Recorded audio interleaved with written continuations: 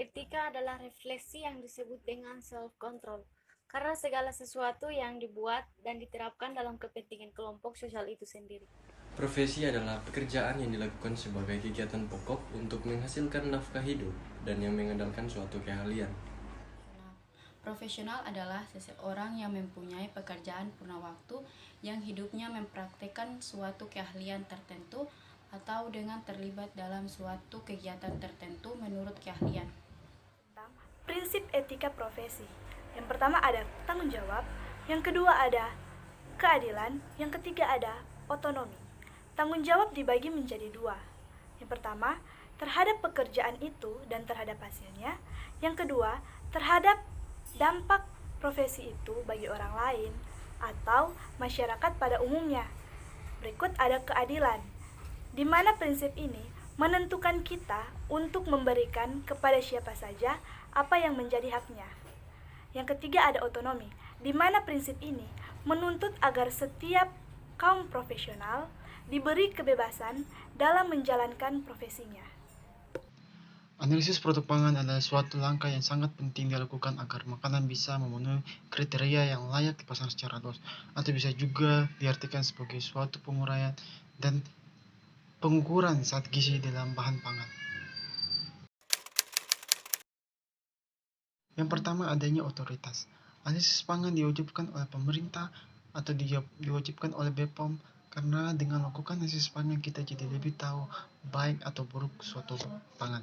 Yang kedua, analisis pangan bisa dicantumkan label bahan pangan pada kemasan produk.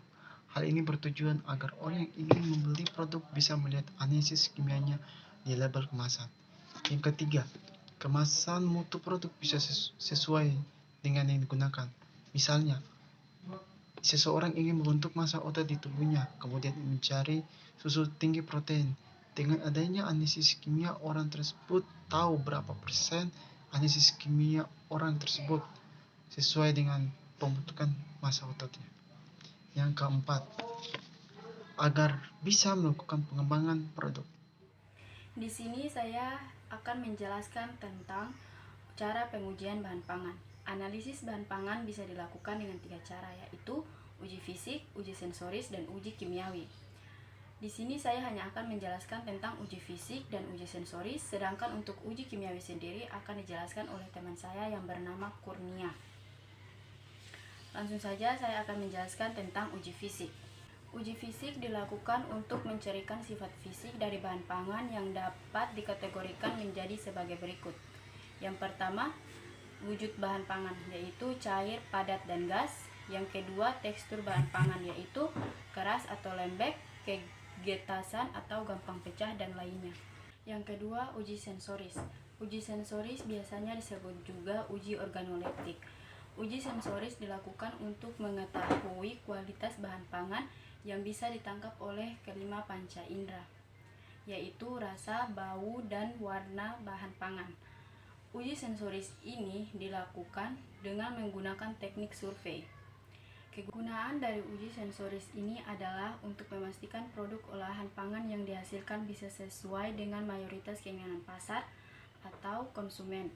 Tetapi uji sensoris ini juga mempunyai kelemahan, yaitu tingkat akurasinya yang tidak bisa sempurna karena pelaksanaan uji sensoris yang masih banyak dipengaruhi oleh faktor luar yang tidak bisa dikontrol seperti kondisi emosi, fisik, dan psikis dari para orang-orang yang menjadi target dalam uji sensori. Selain itu, banyak juga perusahaan atau pabrik yang mempekerjakan orang khusus untuk mencoba dan menguji kualitas sensoris produknya. Contohnya pada perusahaan rokok yang mempekerjakan orang untuk menilai bau dari tembakau yang akan dipakai dalam produksi rokok.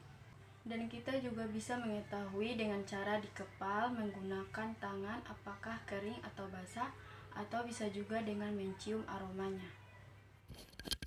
Yang pertama adalah uji kadar air. Analisis kadar air secara tradisional bisa dilakukan dengan urutan proses. Pertama, timbang massa bahan yang masih basah. Dua, panaskan bahan yang akan diuji pada suhu konstan 100 derajat Celcius secara berulang-ulang sampai didapatkan massa konstan. Ketiga, massa konstan menandakan sudah tidak ada lagi kandungan air dalam bahan pangan yang akan diuji. Yang kedua, uji kadar lemak. Salah satu cara untuk mendeteksi kadar lemak dalam suatu bahan pangan adalah dengan mereaksikan basa dan lemak. Yang ketiga adalah uji protein. Dilakukan mengetahui nitrogen dan hidrogen pada bahan pangan. Untuk mengetahuinya, ada dua metode yang bisa dilakukan. Yang pertama adalah metode Gildan. Metode Gildan digunakan untuk mengetahui kadar nitrogen yang ada pada bahan pangan. Metode yang kedua adalah metode Lowry, merupakan metode yang lebih baru dibandingkan dengan metode Gildan.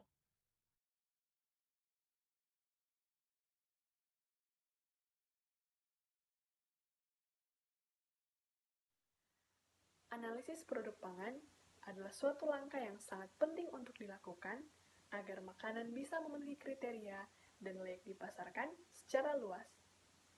Analisis pangan adalah suatu penguraian dan pengukuran zat gizi di dalam bahan pangan. Peluang dan tantangan analisis produk pangan menjadi salah satu aspek yang diperhatikan oleh para pelaku di industri pangan.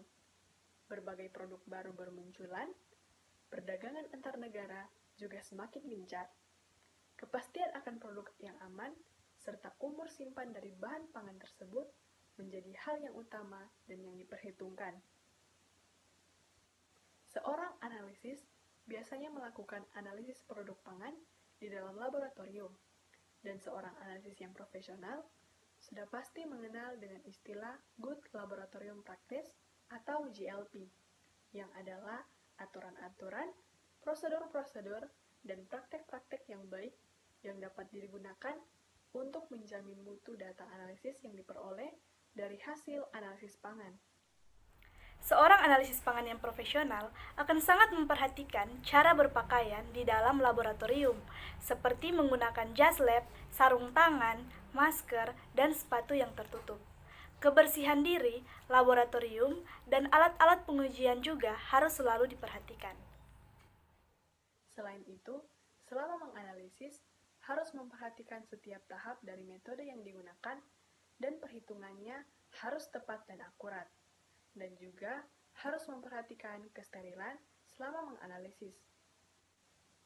Dan ingat, di dalam laboratorium juga pasti ada pimpinan atau penanggung jawab yang sudah berpengalaman menangani masalah yang pernah terjadi selama menganalisis. Jadi, jika terjadi kendala selama menganalisis, harus selalu dilaporkan kepada pimpinan laboratorium analisis pangan.